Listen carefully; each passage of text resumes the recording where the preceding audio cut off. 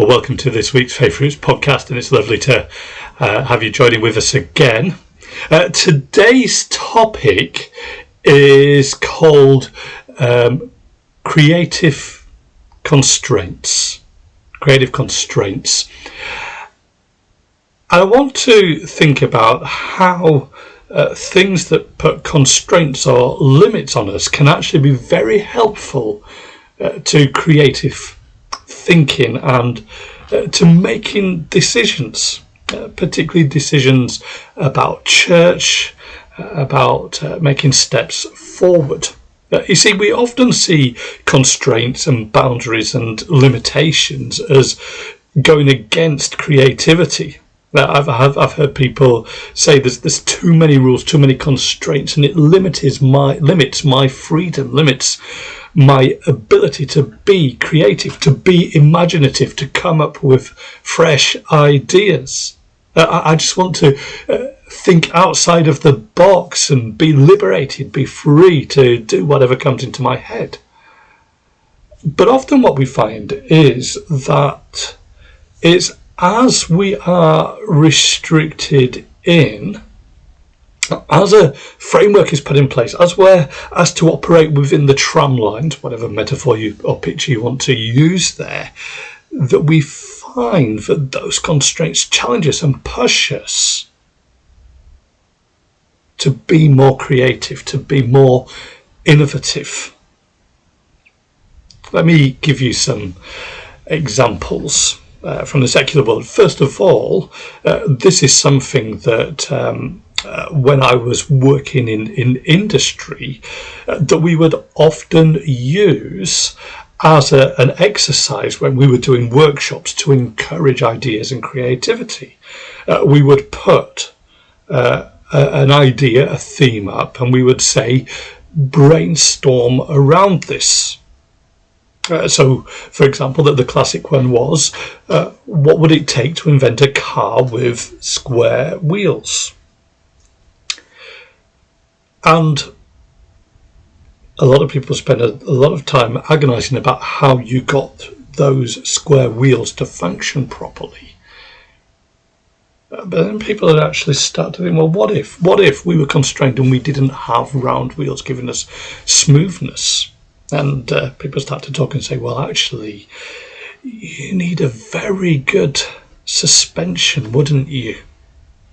And things like that. They began to think about what would be the implications of the limitation. Not because anyone was asking them to invent a car that could work with square wheels, but they were getting you to think about what would be the implications from that limitation, so that actually you could bring them in when those limitations weren't in place. Now, actually, you would end up with a car that didn't have square wheels, but as a result of that kind of thinking was really smooth and easy and enjoyable to drive.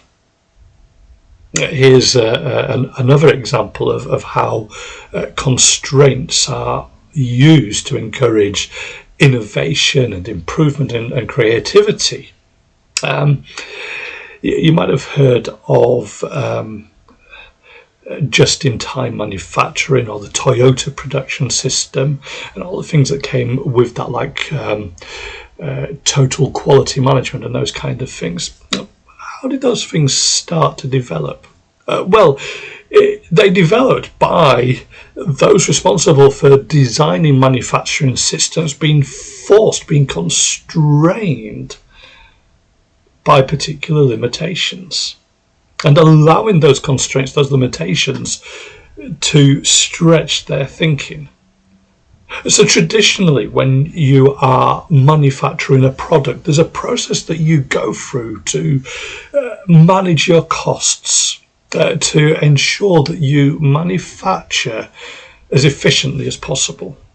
There are a number of costs that come up in the manufacturing process.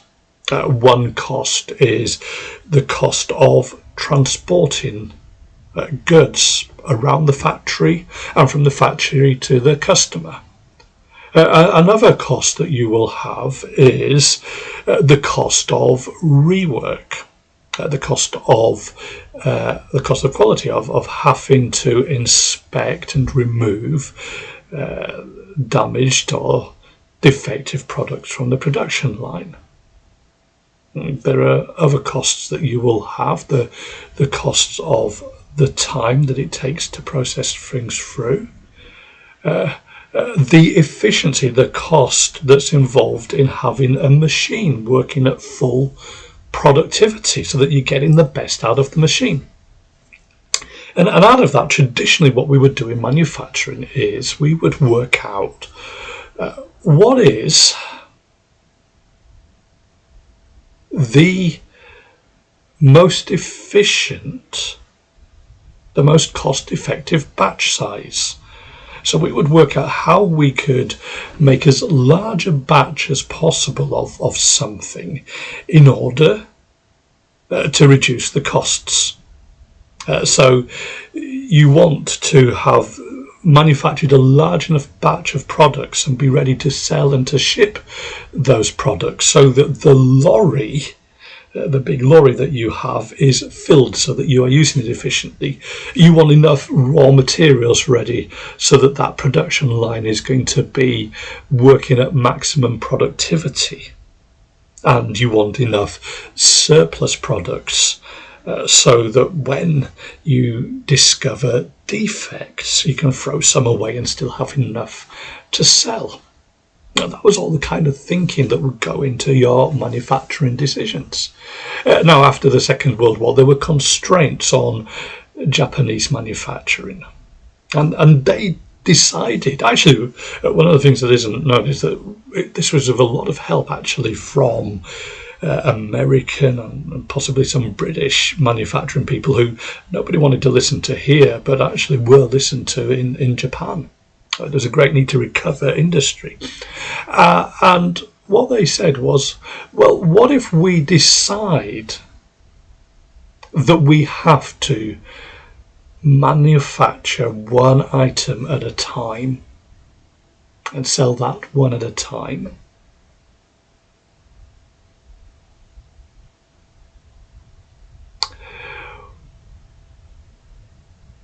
Well, there are advantages to that, aren't there? If that's your constraint, if you manufacture one at a time, it means as soon as it is ready, it's available for the customer to have. Because what is it that delays you getting a batch of products into the shop? Well, it's waiting for enough of them to be ready to ship together to you. But if you just take the first one when it's ready to come, then it's ready today. It can be shipped today.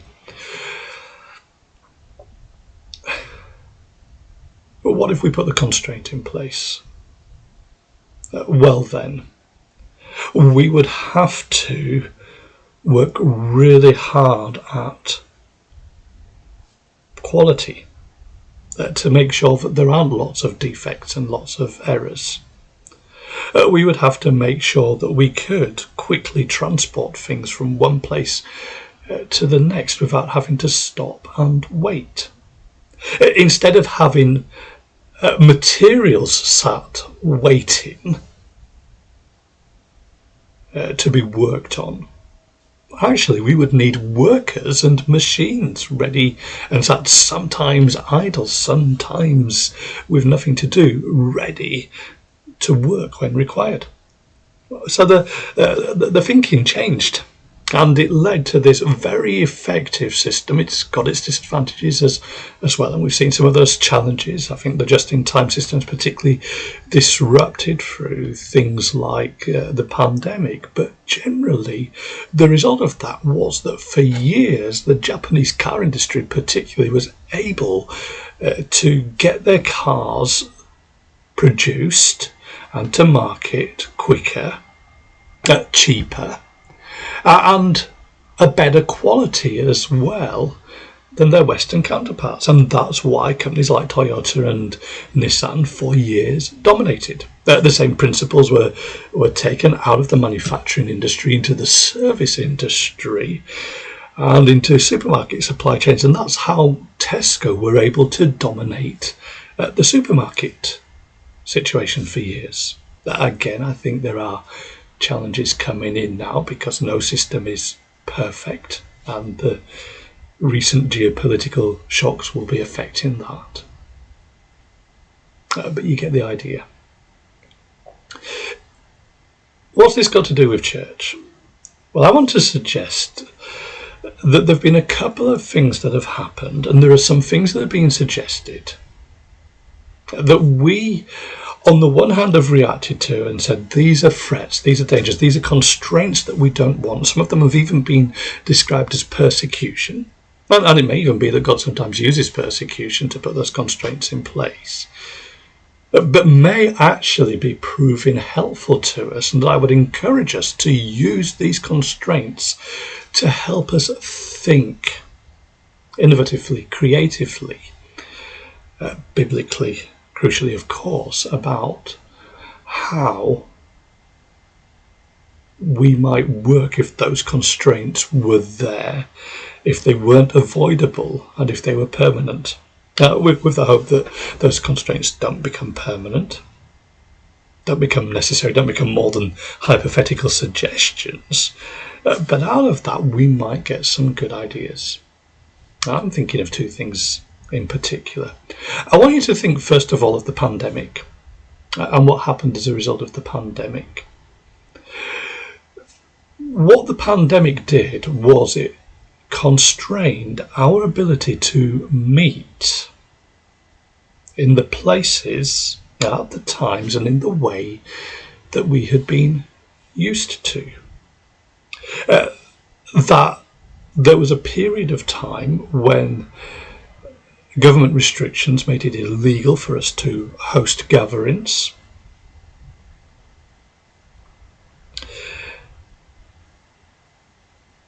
That when those restrictions were lifted, we still experienced constraints because there were limits to the capacity, how many people we could have in our meetings, what we could do. And there were constraints because some people were still, and still are, wary of coming back to our traditional large packed-in worship services. And a lot of churches also experienced constraints because they didn't own their venues, they hired them, and so those venues were slow to allow them to get back and slow to lift their own local restrictions. With that as well came restrictions because if there was a limit about who could be there, either by law or by the reaction, the emotions, the feelings of people, that also meant that we were restricted in terms of who's available to do particular things. And suddenly churches have experienced constraints because they've not been able to go back to the same people that they were able to, for musicians, for welcoming teams, for children's group leaders, for midweek ministries. And that's still proving a challenge to some of us. So what I'd encourage you to do is to look back and think about how those constraints have forced us, challenged us, constrained us in so that we've had to start thinking outside the box. Because that's what we did, didn't we? We weren't able to physically gather in our 200s and our 300s packed into our buildings. So what did we do? Well, we worked out how to get the message out. We worked out how to enable fellowship and relationship between people. We started to look at opportunities for little groups of people to meet outdoors, to go for walks, to have garden parties and barbecues and breakfasts, and then for smaller groups to meet in homes, doing stuff locally in the home, fellowship, praying for one another, discussing, challenging one another, and listening to content provided online. Our current church had this thing called Raw Church to do that. It got us thinking creatively. And what it did was it made us think about what is what is essential, what is important, what is paramount in terms of the church gathering and the church functioning. And some things are important, some things are essential. It is crucial that God's word is read, God's word is heard. It is crucial that there is a one another dynamic, that we find ways to challenge and encourage and pray for each other. Those things were crucial. And there are other things that maybe were less so. And that's why I think some forms of lockdown church were more appropriate and more satisfactory and more helpful and winsome than others. So there's one example. Here's another example. I've talked about this on the blog. A couple of days ago, the IEA, I think that is the International Energy Agency, it's one of these sort of think tank bodies that occasionally puts out pronouncements, said we need to do something about the energy crisis. The energy crisis is huge for a number of reasons.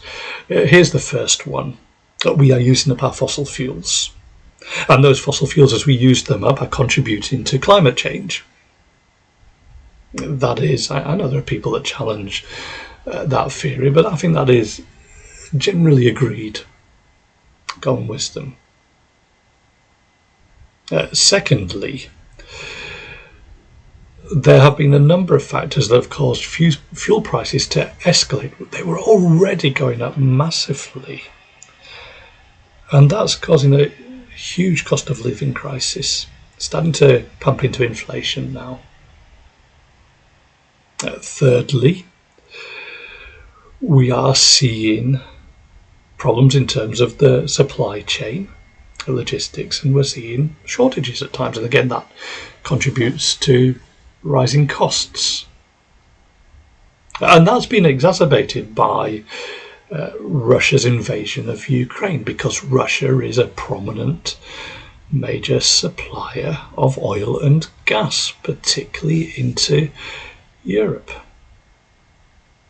So first of all, there's the threat that Russia could use the oil and gas as a means of manipulating and controlling Western European countries like Germany, threatening, blackmailing them. Secondly, if we want ourselves to put pressure on Russia, then unless we're able to say we don't want and we don't need to buy your oil and gas anymore, then we lose one main economic tool for challenging and opposing and sanctioning Putin.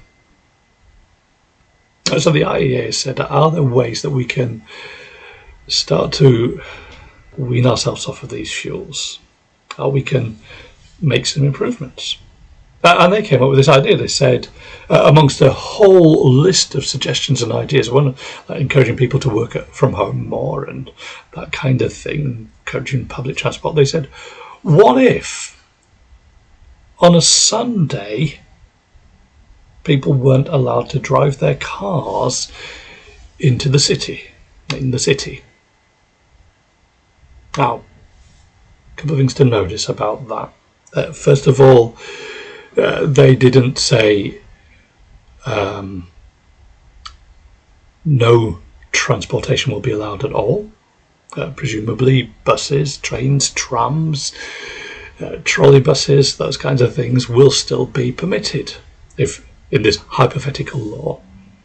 Secondly, they talk specifically about the city, and it would be interesting to know how they define that. So it sounds like they are thinking in terms of exclusion zones, a bit like we have congestion zones and those kinds of things at the moment.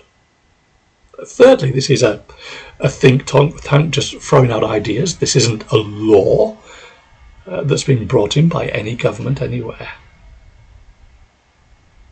But it was fascinating, particularly from an American audience, to see people reacting with outrage at this. This evil idea, not just bad or unwise or top down or not thought out, but this is evil because it is so clear, because they want to do this on a Sunday. this is obviously persecution against the church, that they're saying it's all about the environment and the cost of living and Putin and that kind of thing, but really they just know that Christians need to drive their cars to church on the Sunday. Well, I've written on the blog about this, and my response is, if we were in a situation where we had to walk to church or use public transport, go to a more local church, that wouldn't be persecution. In fact, it's fascinating, isn't it, that it seems to me that what has happened is that these people have recognised an important biblical principle, that we can't be going at full pelt, making maximum use of resources 24 hours a day, 7 days a week,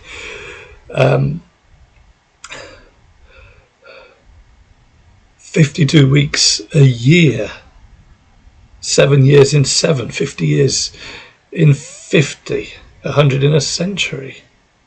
That there are rhythms to life. There's a need to slow down and to rest and to pause and then to start again. That's an amazing principle, isn't it?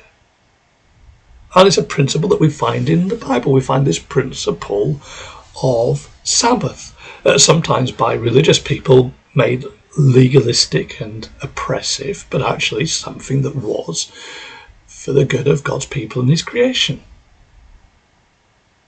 And then they seem to have thought, well, if there's this principle of Sabbath, of slowing down, of stopping, of resting, of not putting the same pressure on people and resources, is there a good day of the week to do that?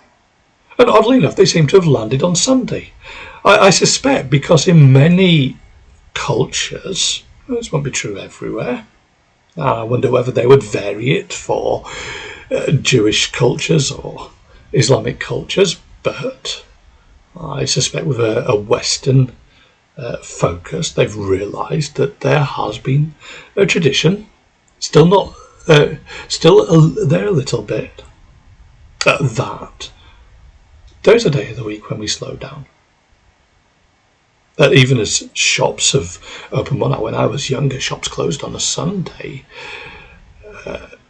Most people don't go to work on a Sunday. And even the commercial activities don't tend to be as great, as big. Isn't that amazing? They said, wouldn't it be a good idea to keep Sunday special? Far from being this oppression, this persecution, they seem to have stumbled on a principle and an idea that is very Christian, very biblical. Isn't that amazing?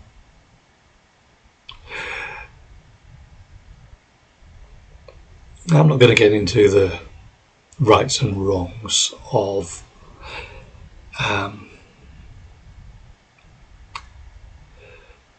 top-down laws and the practicalities of this today.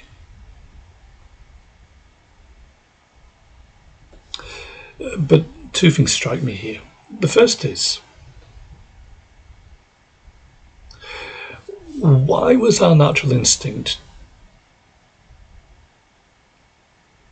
to lash out because we felt attacked and oppressed, because our convenience, our comfort was under pressure? Instead of recognising that here were some people stumbling on part of a truth, to commend them for that, whilst warning that the experience through history, as seen with the Pharisees, is that if you become legalistic about these good things, then you create burdens that undermine the very things you're trying to do. But also to point people to the God of grace and love in the Bible, who teaches us how to look after his creation and teaches us how to rest, to the Saviour who says that the Sabbath was made for man, not man for the Sabbath. What a missed opportunity. But here's the other thing, and this is the kind of the practical thing, and if you're watching and you're part of a church leadership team, I'd encourage you to do this. What if we were at our leadership meetings, the next time you get your leaders together, what if we were to say to our leadership teams, let's stop and think, what if that did become law? What if, similar to the situation we had with the COVID rules, there was a law that came in that said in particular zones and areas of our cities, you won't be able to drive a car. What would that mean? Well, I think it would mean a couple of things. It would mean that there would be people who came to our church at the moment who wouldn't be able to drive there anymore.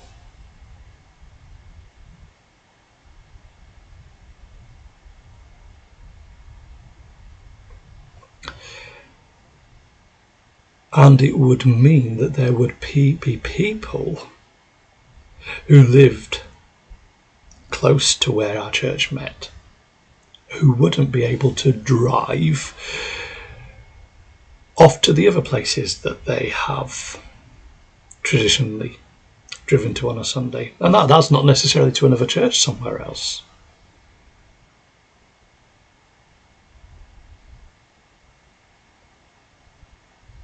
What might be the outcome of this? Well, first of all, I think we would start to think creatively about those people who need to get to our particular church on a Sunday and wouldn't be able to walk and wouldn't be able to access public transport. What would we do to make sure that they were able to come and meet with us? Might it be that our church needs to participate in some kind of transport scheme? Does that mean we buy a church bus? Is that wise use of our resources? Does it mean that we encourage and put pressure on the local authority to put on a reliable bus service that includes us? Does it mean we work in partnership with other churches to provide transport, or with other community organisations to share some transport that's available for the community in other ways in the week? That's one thing that we might think about.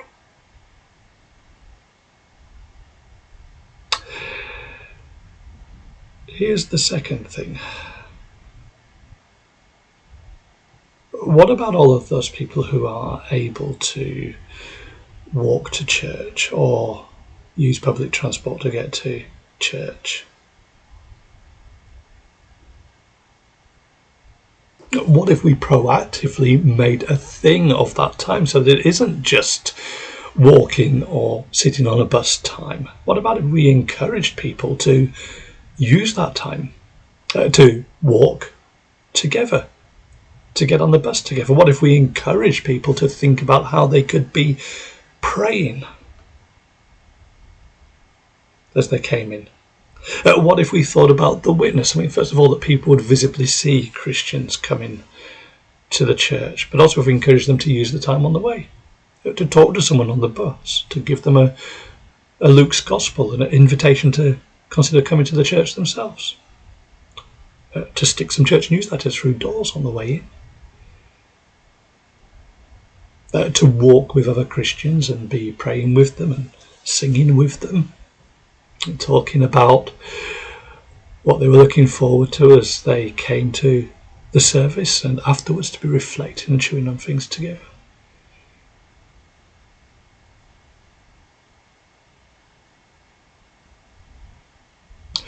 What if we thought about the implications of that time together, if actually it had been costly for some people to get to the church service?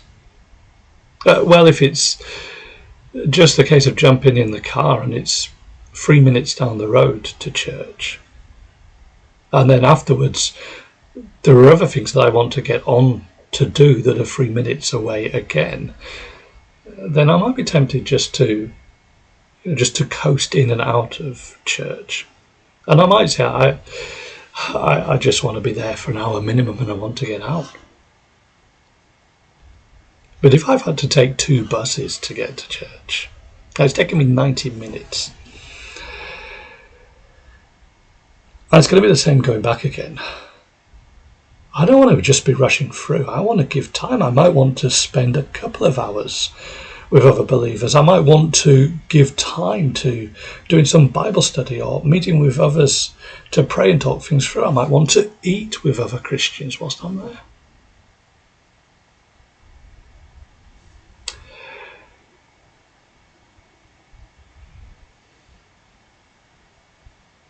What about those people that live locally near to where the church is, who traditionally have other things on, including other churches but other activities that they might drive out for? Isn't there suddenly a mission field for us to reach? How are we going to reach them?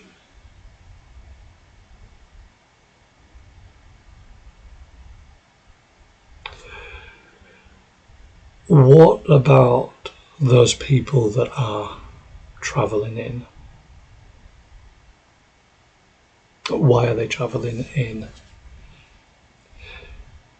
Are they going past other churches to get to us? And it might be worth challenging them and saying, is God calling you to be more connected to a local church in your community? Might that mean that you'll be joining with a church and culturally, the music, some of the minor doctrinal points are not things that you are keen on, but are they really so important as to cause you to drive past that church, particularly if the cost of driving past goes up?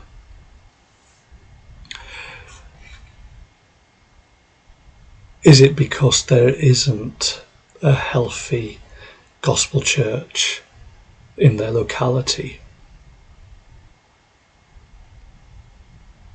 What are we going to do about that? I think there are some communities and contexts around the world where this is a major opportunity to think differently, where the tendency has been to encourage people to travel miles, a bit like to the big shopping malls. Similar, they go to these mall-like megachurch campuses that they drive to out of town so that they can have that consumer experience of sitting with 3, 4, 5, 10,000 other people to hear the big name speaker and watch the professional band. Well, what if we started planting closer, getting more local, getting nearer to those people that have had to drive in? And might that be an opportunity to let local communities know that we are there, that we are here as the church, not just to make it more convenient, more local for believers, but so that we start reaching communities where there hasn't been a meaningful gospel witness for many years. Planting out smaller, closer, more active and involved. Those are just some ideas. They're the sorts of things I would be saying if this was on the agenda of the meeting I was at. There may be other things and different things that you could think of. Now, I'll be honest, I'm not a fan of these big top-down bureaucratic laws, and so my preference would be that such a law shouldn't come in. I've also said before that I don't think we should be legalistic. There will be times and situations where it will be necessary and best for Christians to go a little distance. So Sarah and I are currently travelling a little bit of a distance to be part of a church. Our hope is to get closer as soon as possible. but we are also having to make the commute at the moment.